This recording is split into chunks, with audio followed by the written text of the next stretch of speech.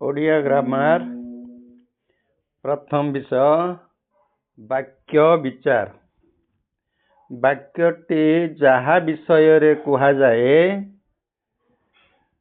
ताहा डैश ताकू आमर चारिटा ऑप्शन अछि।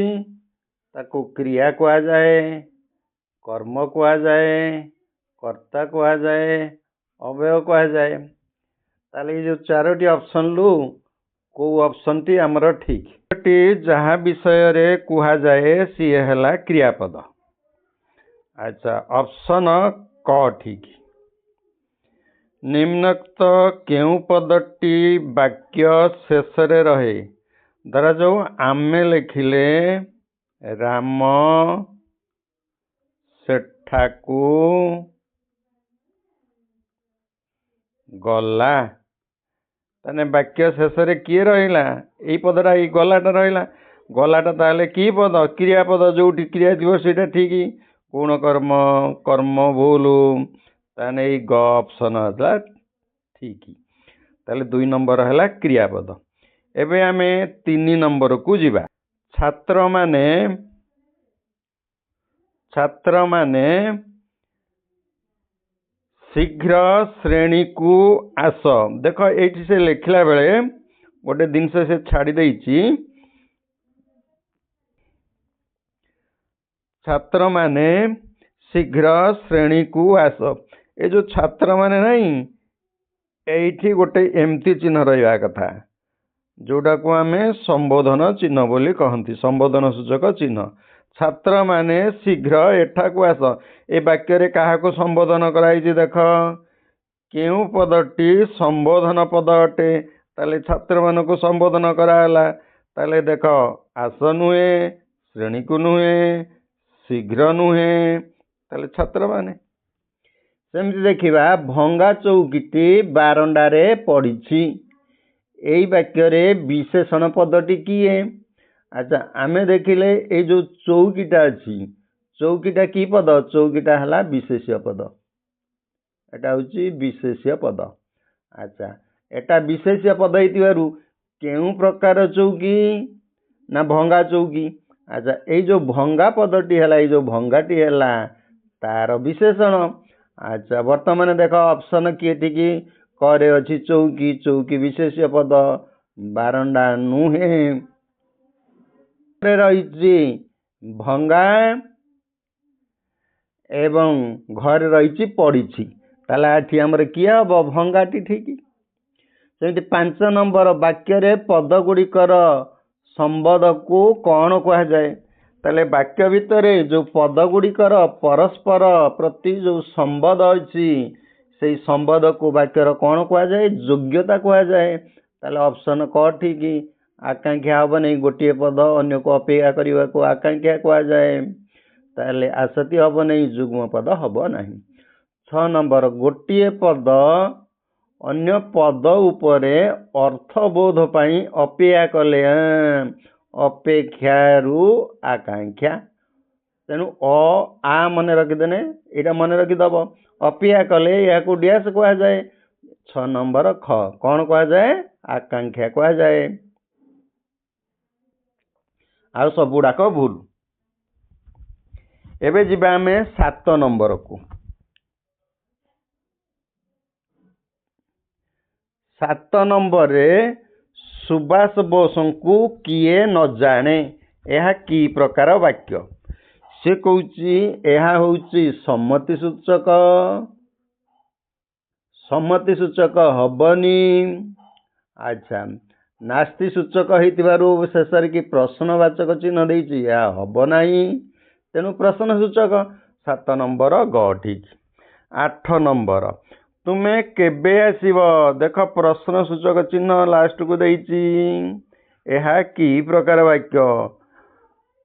नास्ति सूचक नुहे, नास्ति सूचक अर्थ नाही। तेणु यह होची 8 नंबर क प्रश्न सूचक वाक्य। आदेश सूचक नुह कि विवृत्ति सूचक नुह। एबे आमे जिबा 9 नंबर को।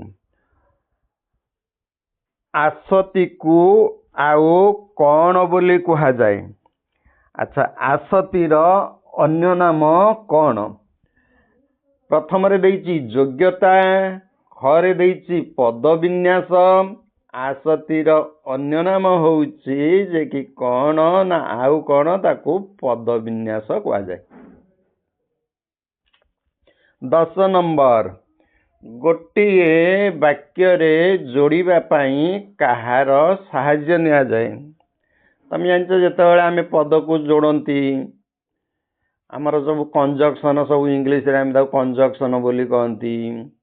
ଏଇଟା ବିଶେଷ୍ୟତଃ ଗୋଟେ ପଦକୁ ଅନ୍ୟ ପଦ ଯୋଡ଼ିବ ନାହିଁ, ବିଶେଷଣ ବି ଯୋଡ଼ିବ ନାହିଁ। ବିଶେଷଣ ବିଶେଷ୍ୟ କଥା କହିବ, ସର୍ବନାମ ବି ବିଶେଷ୍ୟ ବଦଳରେ ବ୍ୟବହୃତ ହେବ। ଏ ତିନିଟା ଗୋଟେ ପ୍ରକାର ରହିଲା କି ଅବୟ। ହେଲା କି ମୁଁ ଗଲି କିନ୍ତୁ ସେ ଆସିଲେ ନାହିଁ, ଏଠି କିନ୍ତୁ ଲଗେଇଲି ନା ନାହିଁ? ତଥାପି ସେ ମୋତେ ଅପେକ୍ଷା କଲା, ତଥାପି ଲଗେଇଲି ନା ନାହିଁ? ତେଣୁ ଏଗୁଡ଼ିକ ହେଲେ ଅବୟ ପଦ। ତାହେଲେ 10 ନମ୍ବର ଘ ଠିକ୍। 11 ନମ୍ବରକୁ ଯିବା।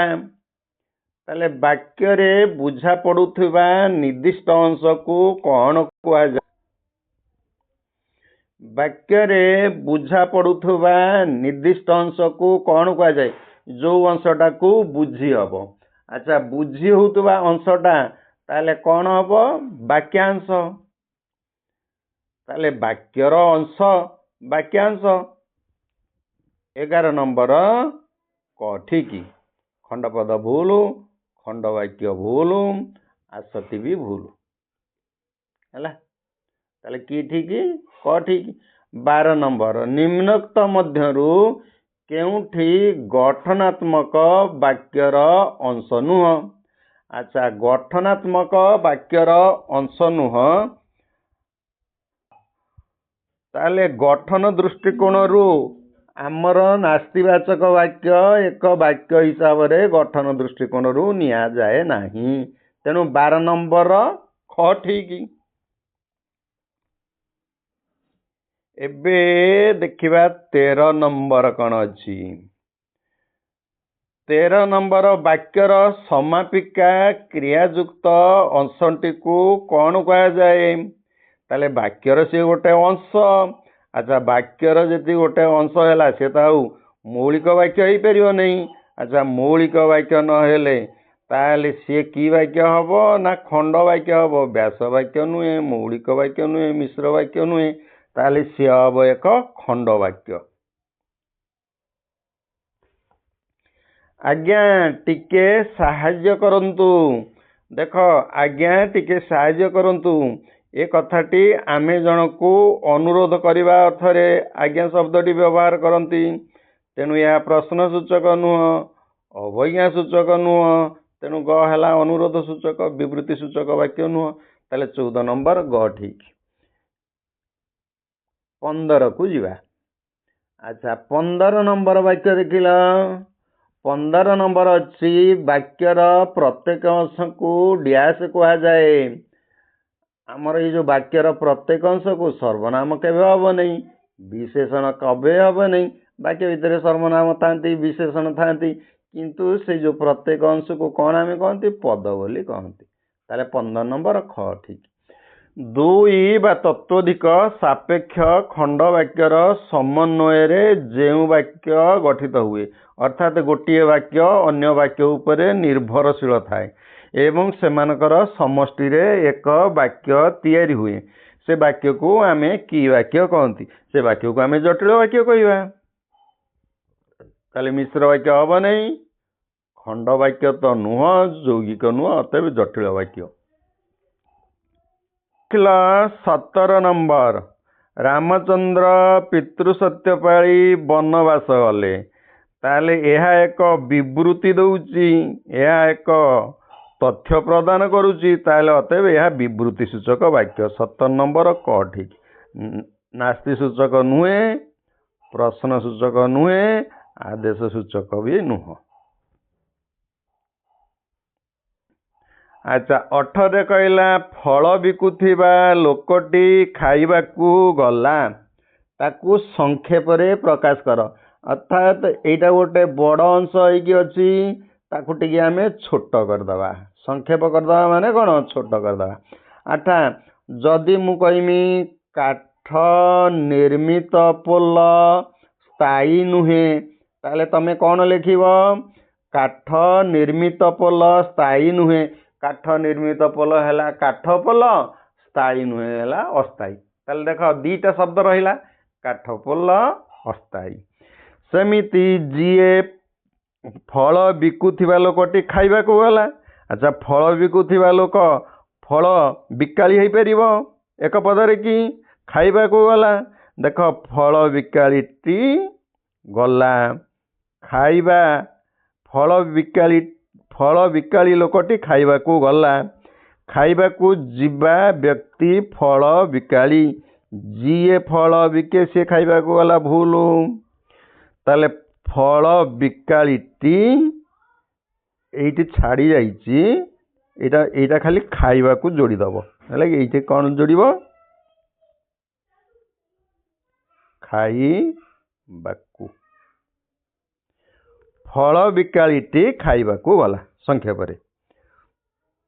ताले ऑप्शन किए ऑप्शन ख ठीक जे कौन से वाक्यर सम्मानित रूप को कौन कहा जाए अच्छा वाक्यर सम्मानित रूप को तमर कौन कहा जाए ना मिश्र वाक्य मिसई दब से मिश्र वाक्य हो ताले 19 नंबर ख ठीक एबे 20 नंबर देखिबा जहा करिबा उचित एई उक्ति को संक्षेप रे लेख सेपटे गोटे संक्षेप रे लिखि दिले जहा करिबा उचित हला कर्तव्य करिबा उचित कौन कर्तव्य अच्छा जहा करिबा उचित ताहा कर ताने कर्तव्य कर